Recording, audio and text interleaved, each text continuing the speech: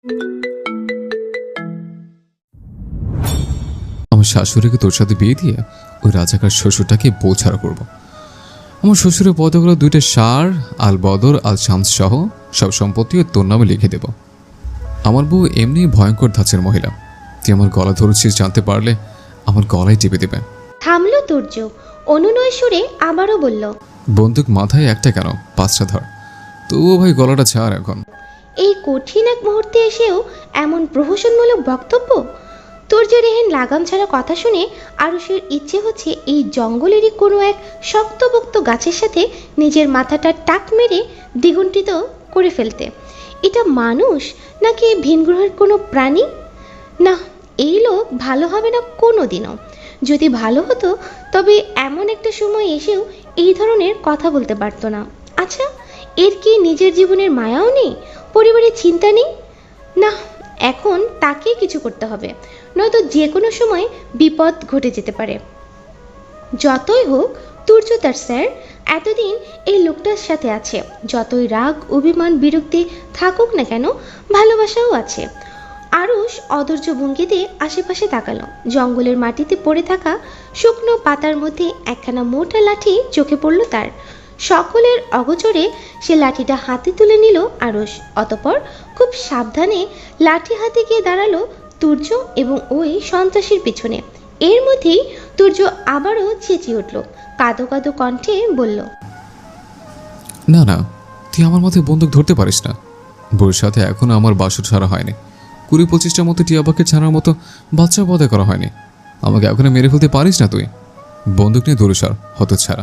সন্ত্রাসী ছেলেটা তুর্যের কথায় ভরকাবে না করেও ভরকে গেল। নিজের মাথায় বন্দুক নিয়ে এমন অদ্ভুত সব কথা কেউ বলতে পারে? তুর্যের কথায় আহাম্মক বলে গেল ছেলেটা। হাত আলগা হলো বেচারার। আর এই সুযোগটাই কাজে লাগালো তুর্য। সময় ব্যয় না করে তাৎক্ষণিক কুস্তিগিরিদের ন্যায় বাহু চেপে ধরল সন্ত্রাসীর ছেলেটার। নিজের মাথার উপর থেকে তুলে এনে আছড়ে ফেলল সম্মুখে মাটিতে।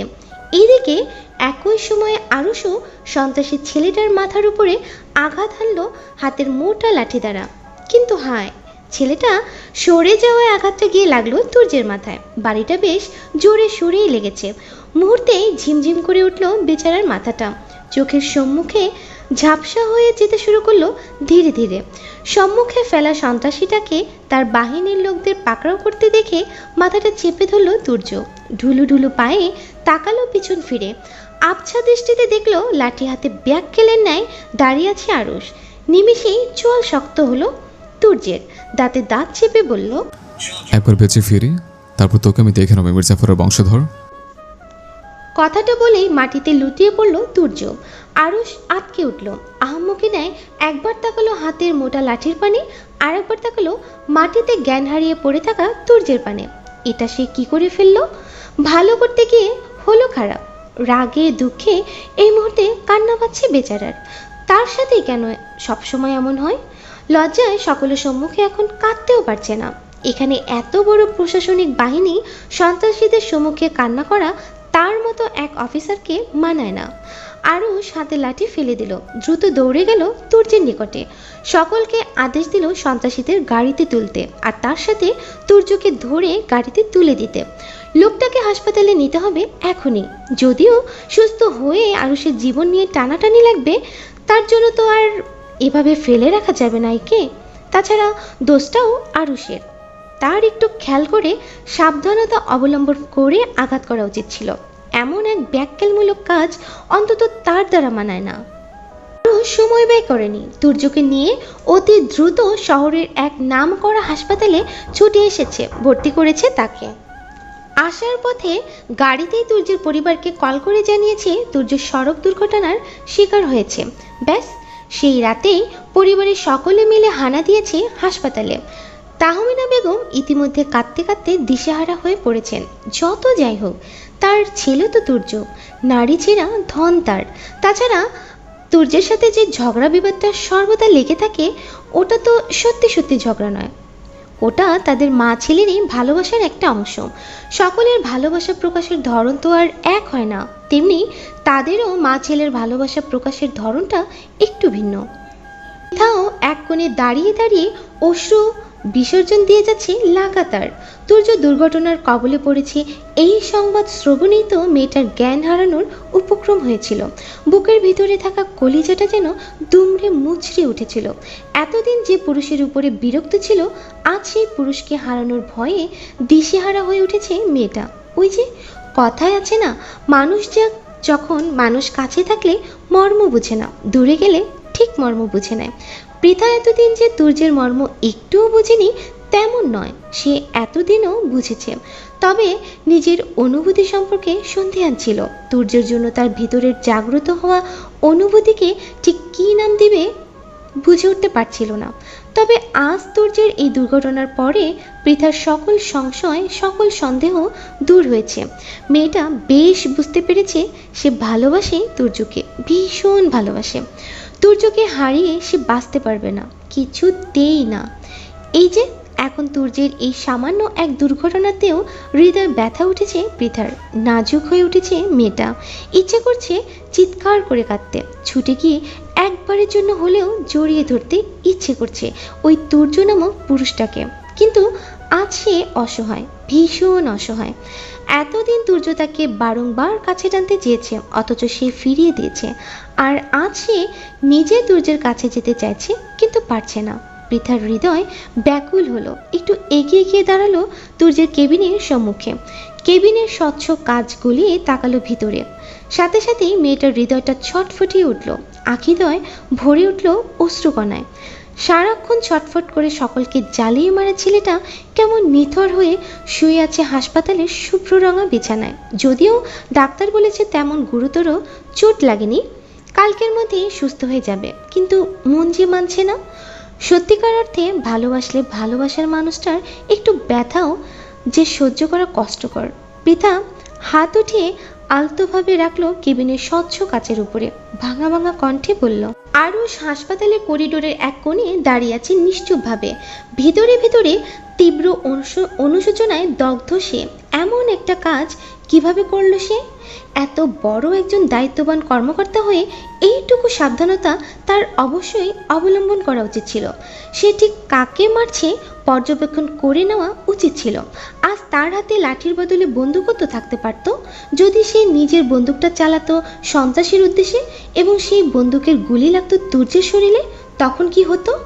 যেখানে তাদের ডিপার্টমেন্ট তাদের বিন্দু বিন্দু বিষয়গুলোর উপরেও লক্ষ্য রাখার জন্য প্রশিক্ষণ দেয়, সর্বক্ষণ চোখ কান খোলা রেখে চলতে শেখায়, সেখানে সে কিভাবে এত বড় একটা ভুল করে ফেলল? সে ভুলের অনুশোচনা তো আছেই, সাথে আরও যোগ হয়েছে তুর্যের ভয়। এই বেটা একবার সুস্থ হয়ে উঠলে তাকে অসুস্থ বানিয়ে ছাড়বে, তেজপাতা করে ছাড়বে আরও সে শান্তশিষ্ট জীবনটা। জ্ঞান হারানোর আগে তুর্যের বলা শেষ কথাটা বারবার স্মরণে আসছে আরুষের। একবার বেঁচে ফিরি, তারপর তোকে আমি দেখে নেবো মির্জাফরের বংশধর। এই একটা বাক্য স্মরণে আসলেই তো আরুষের বুকটা ধরফরিয়ে উঠছে। ভবিষ্যতে তুর্যের উদম কেলানি খাওয়ার ভয়ে জর্জরিত হয়ে পড়ছে বেচারা। আরুষের আকাশ পাতাল ভাবনার মধ্যেই হঠাৎ ইরা এগিয়ে এলো তার পানে, কিছুটা অবাক কণ্ঠে বলল, এ কি আরুষ ভাই, আপনার হাত কেটেছে কিভাবে? ইরার কণ্ঠে আরুষ নিজের চিন্তাভাবনা থেকে বেরিয়ে এলো। হাতের পানে তাকাতেই চমকে উঠল সে। সত্যিই তার হাত কেটেছে, কোনোই থেকে বেশ অনেকটা ছুলে গেছে, রক্ত শুকিয়ে আছে হাত জুড়ে। হয়তো ওই জঙ্গলে সন্ত্রাসীদের পাল্টা আক্রমণের সময় হয়েছিল, কিন্তু নিজেদের যুদ্ধ চালাতে চালাতে এদিকটা খেয়ালই করেনি। আর তারপর তো আবার তুর্যকে নিয়ে ছোটাছুটি, হাতের পানে তাকানোর দিকে খেয়াল আছে নাকি? তপ্ত নিঃশ্বাস ফেলল আরুষ, কণ্ঠটা স্বাভাবিক রেখেই বলল, ওই অ্যাক্সিডেন্টের সময় সম্ভবত কেটেছে। তুর্য স্যারের সাথে ছিলাম তো। ইরা অস্থির হলো, বিচলিত কণ্ঠে বলল, ইস, কতখানি কেটেছে, আর আপনি কি না সেই কাটা হাত নিয়ে এখানেই দাঁড়িয়ে আছেন? চলুন ডাক্তারের কাছে চলুন। আরুষ সাথে সাথে অসম্মতি জানালো ইরার এই প্রস্তাবে। জোরপূর্বক হেসে বলল, একটুখানি তো কেটেছে, এমনি সেরে যাবে, ডাক্তারের কাছে যেতে হবে না, এমনি। ইরা সাথে সাথেই প্রতিবাদ করলো আরুষের কথায়, বিরোধিতা করে বলল, এটা আপনার কাছে একটু কাটা, কতখানি কেটে গেছে, আবার বলছেন ডাক্তারের কাছে যাবেন না, চলুন বলছি। আরুষ তবুও বাধা দিচ্ছিল ইরাকে। শেষমেশ মেয়েটা উপায় না পেয়ে নিজের এক হাত বাড়িয়ে ধরলো আরুষের ভালো হাতটা, শাসিয়ে বলল, আর একটা কথাও বলবেন না। আপনার হাত অল্প কেটেছে নাকি বেশি তা আমি বুঝে নেব। আপনি আসুন আমার সাথে। ইরার আকস্মিক এমন স্পর্শে কেঁপে উঠল আরুষ।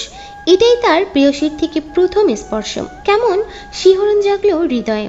তার থেকেও ভালো লাগলো ইরার এই জোর করা অধিকার দেখানো। আরুষের হৃদয়টা প্রশান্তিতে ছেয়ে গেল।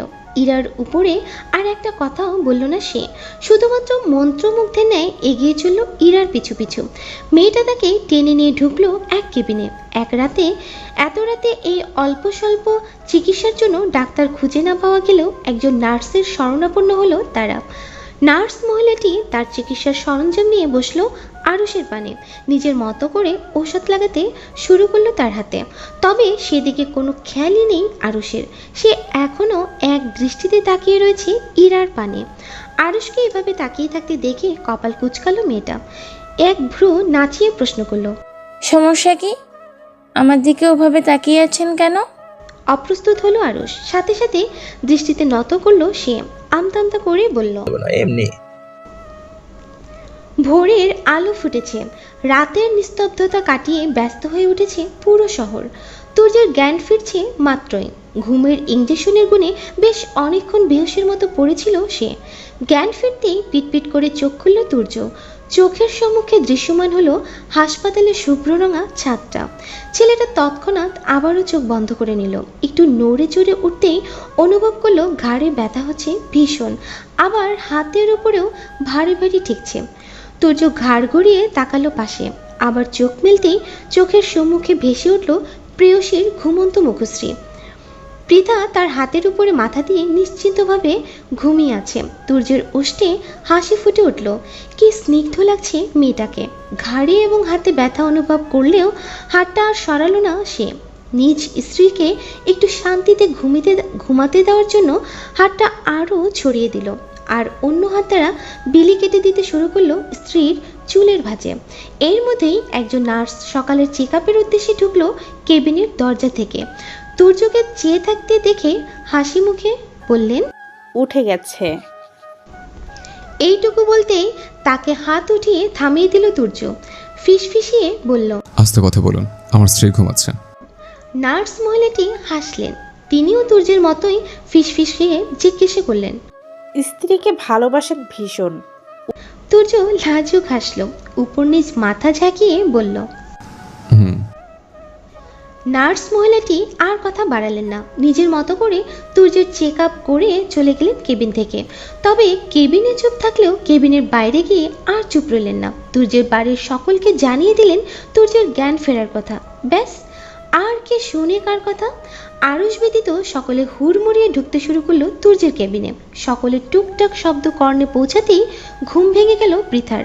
সাথে সাথেই মেয়েটার লজ্জায় আড়ষ্ট হয়ে পড়ল। রাতে খুব বড় মুখ করে সবাইকে বলেছিল সে তুর্যের কাছে থাকবে, স্বামীর সেবা করবে, অথচ সে কিনা ঘুমিয়ে পড়ল।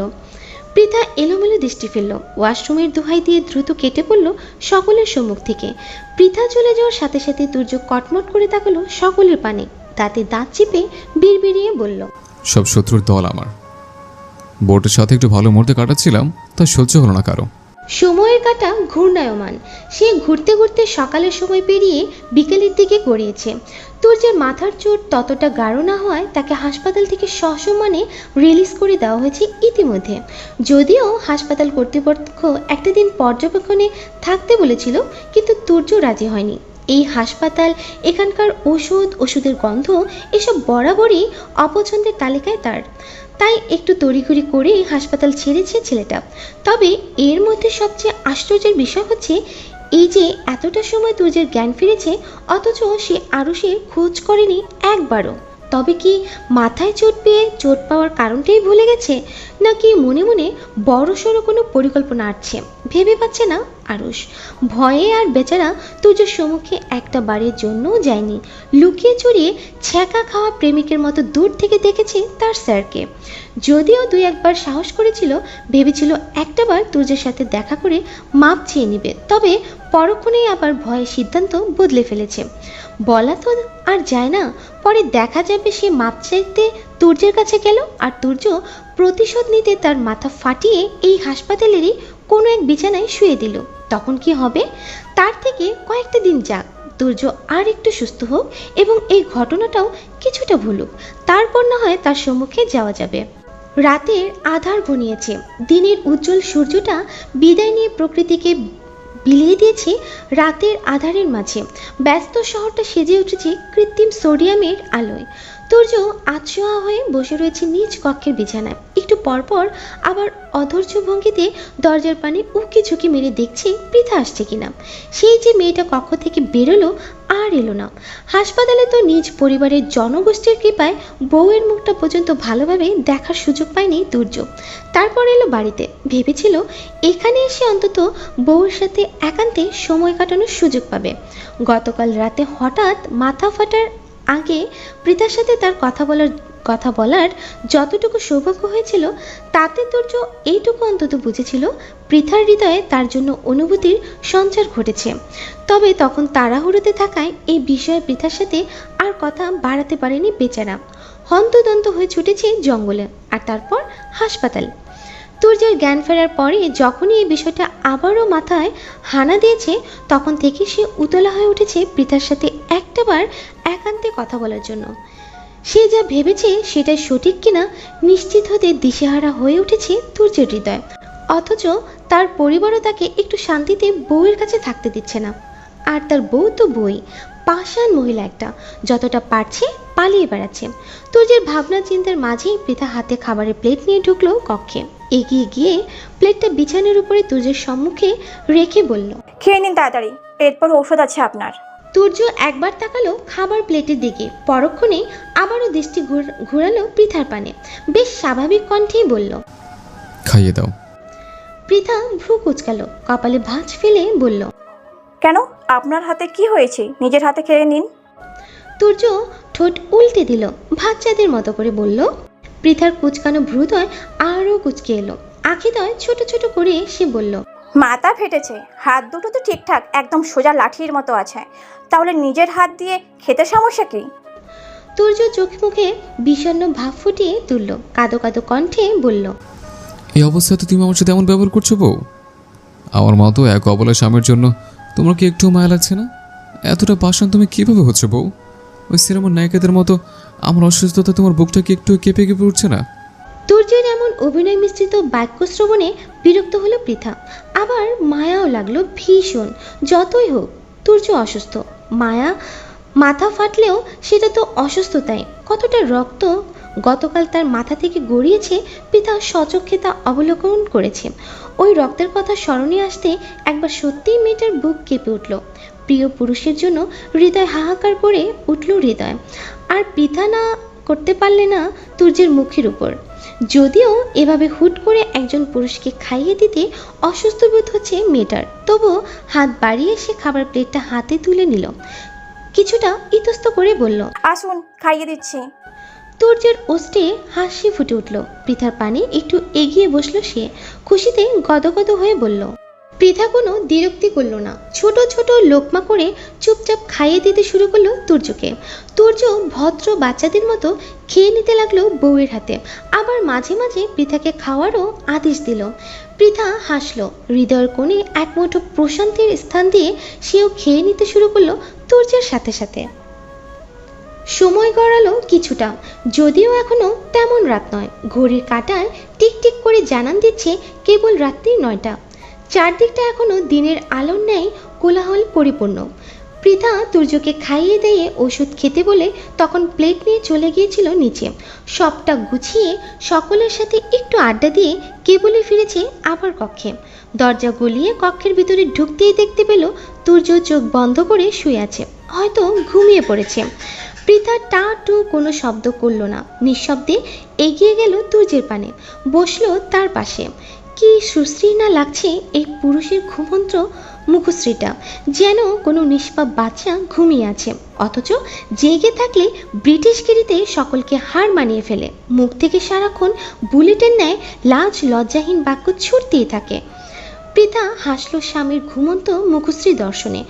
কেন যেন ভীষণ ইচ্ছে হলো হাত বাড়িয়ে প্রিয় পুরুষটার গালে দুটো একটু ছোঁয়া দিতে। সর্বদা লজ্জায় নিজের ইচ্ছাকে দমন করলেও আজ আর তেমনটা করল না। নিজের উষ্ণ হাত দ্বারা স্পর্শ করলো তুর্যের এক গাল। সাথে সাথেই যেন ঝংকার তুলল মেয়েটার হৃদয়ে, বিদ্যুৎ খেলে গেল সর্বাঙ্গ জুড়ে। তবুও পৃথা নিজের হাত সরিয়ে নিল না, আলতোভাবে স্পর্শ করতে শুরু করলো স্বামীর পুরো মুখটা জুড়ে। হঠাৎ করেই তার স্মরণে এলো সেদিনের কথা। একটা চুমুর জন্য সেদিন কতই না পাগলামি করেছিল তুর্য। পৃথার হৃদয়ে অদ্ভুত অনুভূতি জাগ্রত হলো। ইচ্ছে হলো এবার তুর্যকে একটা চুমু দিয়েই দিতে। মস্তিষ্ক তার এই ইচ্ছের বিরোধিতা করলেও হৃদয় সায় জানালো। পৃথার হৃদয় স্পষ্টভাবে বলল, তুর্য তার স্বামী, একজন স্বামীকে তার স্ত্রী চুমু দিতেই পারে, তাতে দোষের তো কিছুই নেই। তাছাড়া ছেলেটা এখন ঘুমিয়ে আছে, চুমু দিলেও তো টের পাবে না। আসুন। পৃথা আর তেমন ভাবল না। নিজের ইচ্ছেকে পরিণতি দিতে একটু ঝুঁকে ওষ্ঠ ছোঁয়ালো তুর্যের কপালে। ঠিক তখনই ধপ করে চোখ মেলে তাকালো তুর্য। হকচকিয়ে উঠল পৃথা, তড়িৎ গতিতে ছিটকে দূরে সরে গেল। মুহূর্তে লজ্জায় রক্তিম আভা ছড়িয়ে পড়ল তার চোখ মুখ জুড়ে। ইস, এই পুরুষের ঠিক এখনই চোখ মেলে তাকাতে হলো, আর একটু পর চোখ খুললে কি হতো? লজ্জা, সংকোচ, ভয়ে হাঁসফাঁস করে উঠল পৃথা। ইচ্ছে হলো এখনই ছুটে পালাতে, আর সে করলো তাই। তুর্য কিছু বুঝে ওঠার আগেই এক দৌড়ে বেরিয়ে গেল কক্ষ থেকে। আর এদিকে বেচারা তুর্য চরম বিস্ময় আর বিরক্তিতে বেহুশের মতো পড়ে রয়েছে বিছানাতে। এতক্ষণও সে জেগেই ছিল, শুধুমাত্র বউয়ের মতিগতি বোঝার জন্য একটু ঘুমের ভান পড়েছিল। তারপর বউ যা শুরু করলো, রীতিমতো তার ধৈর্য ও সহ্য ক্ষমতার বাঁধ ভেঙে দিচ্ছিল। তারপর বহু কষ্টে নিজেকে নিয়ন্ত্রণ করে সে চোখ বন্ধ করে পড়েছিল, শুধুমাত্র বউয়ের একটু ভালোবাসা পেতে। কিন্তু তাও শেষ পর্যন্ত আর পারল না। পৃথার নরম ওষ্ঠের স্পর্শ পেতেই আপনা আপনি খুলে গেল চোখ দুটো। কেন খুলল? এই মুহূর্তে নিজের চোখের উপরে নিজেই বেজায় বিরক্ত তুর্য। ইচ্ছে তো করছে থাপ্পড় মেরে নিজের চোখ দুটো নিজে তুলে নিতে। কি হতো আর কিছুক্ষণ পর চোখ দুটো খুললে? হয়তো বউয়ের ওষ্ঠের আরও দু চারটা চুমু কপালে জুটত। তুর্য দাঁতে দাঁত চাপলো, কটমট করে বলল, আগে ভাবতাম পৃথিবীতে বসবাসকারী মানুষগুলো আমার শত্রু, কিন্তু না, এখন দেখছি নিজের শরীরের অঙ্গ প্রত্যঙ্গগুলো আরও বড় শত্রু। বেইমান অঙ্গ প্রত্যঙ্গ। আমার খাস, আমার পড়িস, আবার আমার সাথে নেমখারামি করিস। রাত 12টার অধিক। বাড়ির মানুষ ইতিমধ্যে ঘুমিয়ে পড়েছে প্রায় সবাই। চারিদিকটাও ধীরে ধীরে নীরব নিস্তব্ধ হয়ে পড়েছে। সন্ধ্যায় শহরের বুকে প্রচলিত হওয়া আলোগুলো এখন নিভে গেছে অনেকটা। তুর্য অস্থির ভঙ্গিতে পায়চারি করছে নিজ কক্ষে। পৃথা এখনও ঘরে ফেরেনি। সেই যে লজ্জায় কক্ষ থেকে দৌড়ে পালালো, আর তার দেখা নেই। তুর্য আরও কিছুক্ষণ সময় নিয়ে অপেক্ষা করলো পৃথার। শেষে অধৈর্য হয়ে নিজেই বেরিয়ে পড়ল কক্ষ থেকে। আশেপাশে একবার দৃষ্টি ঘুরিয়ে পা বাড়ালো ইরার কক্ষের পানে। বাড়িতে বসবাসকারী পুরুষদের কক্ষে তো আর মেয়েটা যাবে না। আর অন্যান্য যারা আছে ইরা ব্যতীত বাকি সবাই জোড়ায় জোড়ায় কপতে, তাদের কক্ষে যাওয়া সম্ভব নয়। তাহলে পৃথা ইরার কক্ষেই আছে। তুর্য গিয়ে দাঁড়ালো ইরার কক্ষের সম্মুখে, হাত উঠিয়ে আলতোভাবে টোকা দিল কক্ষের দ্বারে। প্রথমবারে দরজা না খুললেও দ্বিতীয়বারে দরজা খুলল ইরা। সম্মুখে না তাকিয়ে বিরক্তি ভরা কণ্ঠে বলল, এত রাতে কি সমস্যা? তুর্য তীক্ষ্ণ দৃষ্টিতে তাকালো ইরার পানে, থমথমে কণ্ঠে বলল, তোর ভাবি তোর কাছে? তুর্যের কণ্ঠস্বর শ্রবণে কেঁপে উঠল ইরা। একটু আগে চোখ জুড়ে থাকা ঘুম ঘুম ভাবটা উবে গেল নিমেষেই। চোখ বড় বড় করে সে তাকালো তুর্যের পানে, আমতা আমতা করে বলল, জি ভাইয়া, তখন এসেছিল, পরে ঘুমিয়ে পড়েছে। অনেক ডাকাডাকির পরও উঠেনি। থামলো এরা, আবারও বলল, আমি এখনই তুলে দিচ্ছি ভাবিকে, একটু দাঁড়াও। তত্ত্ব নিঃশ্বাস ফেলল তুর্য, থমথমে কণ্ঠে বলল, তার প্রয়োজন নেই, তুই শুধু দরজা থেকে সরে দাঁড়া।